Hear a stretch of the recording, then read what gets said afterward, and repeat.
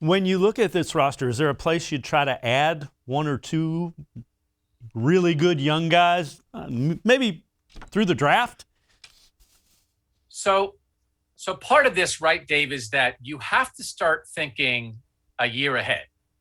So, they might win the Super Bowl in 2021. So we don't want to get bogged down by 2023.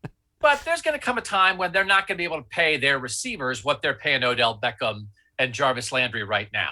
So they should be trying to figure out who can be Baker Mayfield's number one receiver in 2023. Right now wouldn't be a bad time to start figuring that out. So they got to start looking a little bit ahead. And you've got to hit on some of that stuff. Maybe you don't have to do it in the first round, but they've got to hit on some second, third, fourth round picks where when some of these other guys move on, they have their replacements ready. So they're building depth. The draft really for right now is building depth and future starters.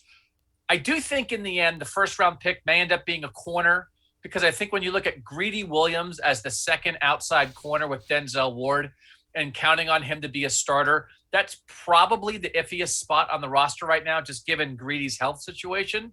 So I wouldn't be surprised if they go corner with their first round pick. But other than that, it's building the level below the top level. So when some of these guys price themselves out, the answers are already on the roster. Are you optimistic there's going to become a pretty big bump because of that TV money? Gotta love TV. Are you optimistic they'll be able to keep more guys than you normally would be able to just because it's going to be inflated with that TV revenue? On our Orange and Brown Talk podcast, we have a lot of debates about whether the salary cap is real or not. And when you see him sign Clowney and then let go of Sheldon Richardson, then it makes you think, okay, well, it's not fake. There are considerations here that you can't just accumulate.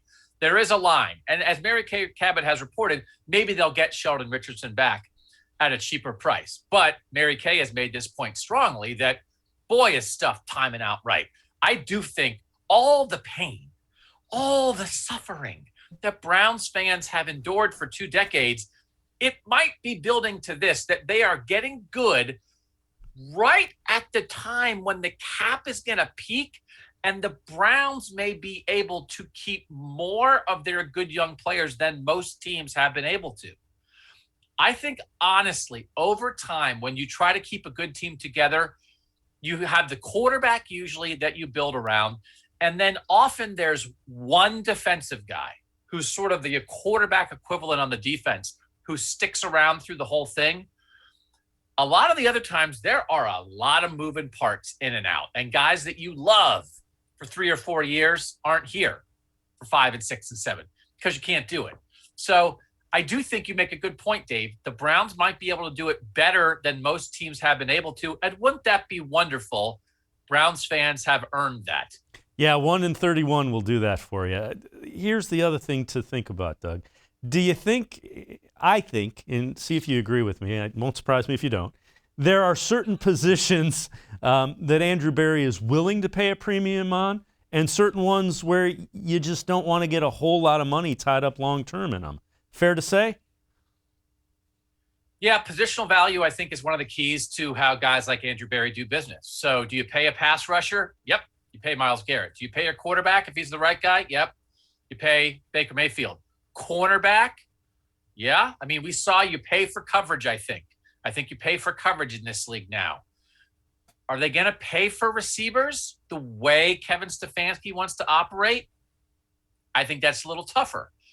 Will Wyatt Teller get what he's worth from the Browns at guard, the way they've invested in Jack Conklin at tackle and that, Jedrick Wills was a high pick for them at tackle? I don't know if they'll pay a guard that way.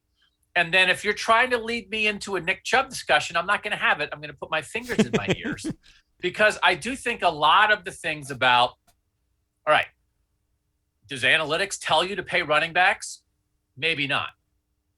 Do your eyeballs and your brain and your heart tell you to pay this running back because he's Nick Chubb and he's special and he fits exactly what you want to do, and he's exactly the kind of guy that you want to be a Cleveland Brown, yeah. And I think smart people who go by numbers also know when it's time to get off a number a little bit and say, we're going to make a people move. And so I do think most of the time, maybe they wouldn't pay a running back, but I do think Nick Chubb's going to be long-term a Cleveland Brown because Nick Chubb's special and everybody knows that.